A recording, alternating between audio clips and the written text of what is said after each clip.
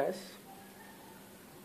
Okay, सो हमारी बात programme तक चल रही थी। हमने प्रिंटफ और स्कैनफ के बारे में पता कर लिया था कि ये सब क्या काम आते हैं। So the our next thing is कि ये लीजिए हमने पूरा प्रोग्राम बना लिया। थिंग में फिर से int x, y, z,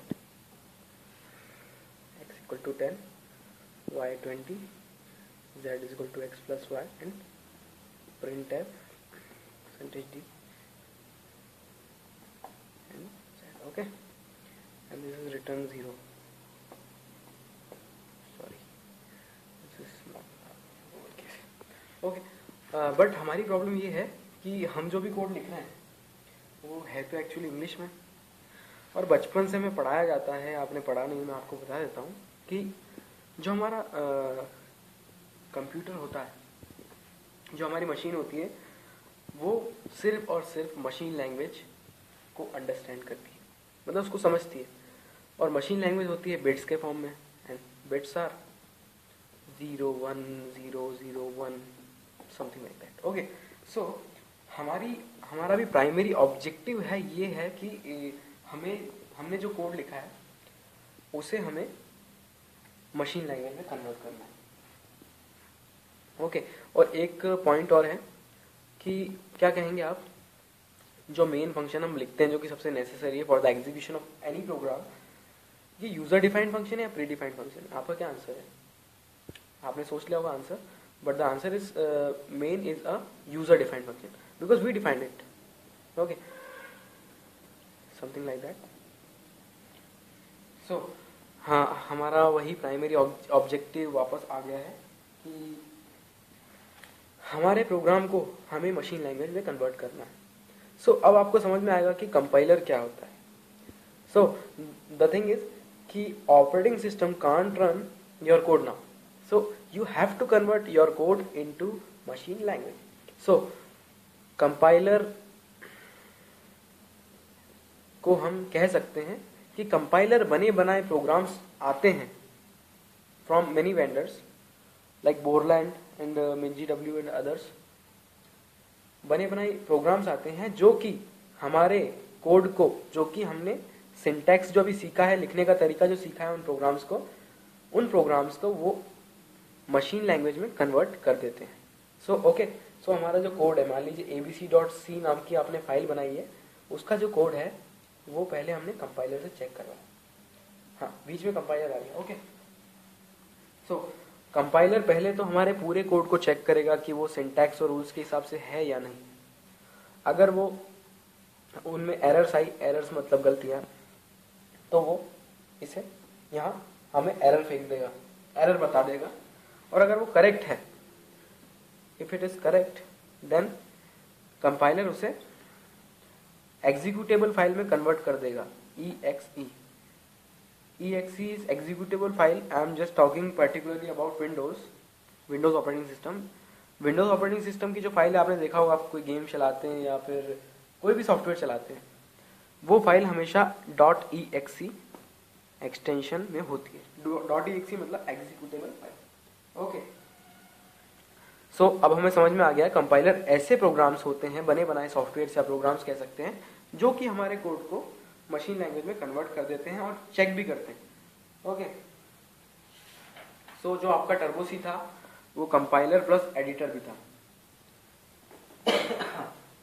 सो अब हमारी बात आती है कि ठीक है, आपने पूरा कोड लिख लिया, बट जो हमारे फंक्शंस बीच में आए थे, printf एंड scanf, ये तो प्री डिफाइंड फंक्शन है। मैंने सीधे कहा था इनकी पिछले ट्यूटोरियल में जब इनकी डेफिनेशन दी थी, तो printf और scanf एक प्री डिफाइंड फंक्शन है। तो भैया प्री डिफाइंड फंक्शन है तो मतलब इनकी डेफिनेशन होगी क्या? हम तो भैया नया नया कोड लिख रहे हैं। सो अब बात आती है हेडर फाइल की। हेडर फाइल जो जानते होंगे कि पूरा कोड कैसा होता है, header file is something like that, include stdio.h. okay, so int main, let's return 0, print f and this hello world. Okay, so आप देखिए कि जैसे ही हमने ये स्टेटमेंट लिखा print f and hello world, so जब जैसे ही प्रिंट एफ कॉल हुआ, बिकॉज प्रिंट एफ एक प्री डिफाइंड फंक्शन है, सो ये डायरेक्टली कनेक्ट हो गया stdio.h से। stdio.h एक हेडर फाइल है। stdio.h को हम कह सकते हैं standard input and output. C language में stdio.h एक स्टैंडर्ड हेडर फाइल है।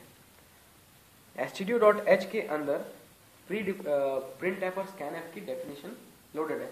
ऐसे हम कह नहीं सकते कि लोडेड है, but there is something called library in any compiler. Okay, library आप सोच सकते हैं रियल दुनिया में, जैसे हम लाइब्रेरी होती है हमारी किताबों की, जहाँ पे हम लाइब्रेरी अटेंडेंट के पास जाते हैं बुक इशू करवाने के लिए।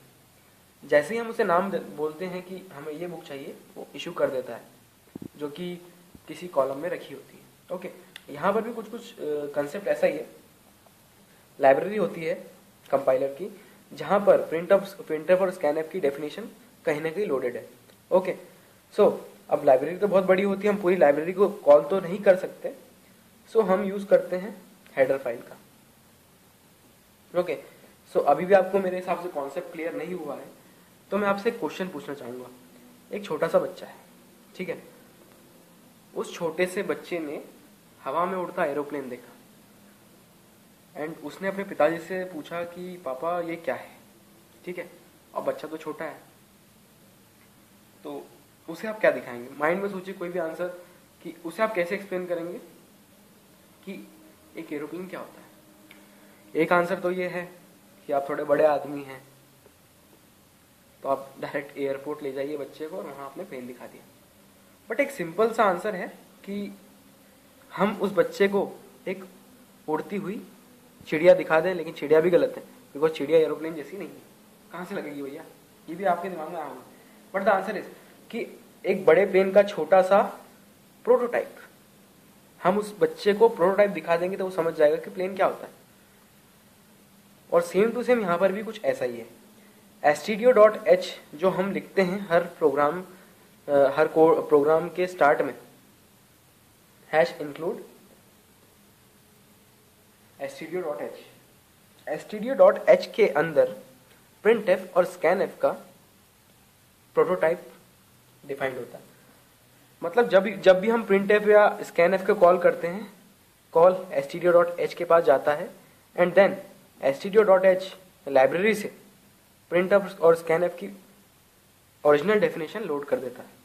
ठीक है, मतलब stdio.h यहाँ पर एक तरीके से लाइब्रेरी अटेंडेंट है जो कि बुक आपको इशू करवा रहा है। ओके, अब इंक्लूड का मतलब है हमने जो प्रोग्राम बनाया है उसमें हम इंक्लूड कर रहे हैं stdio.h को, and this hash sign is just preprocessor directive,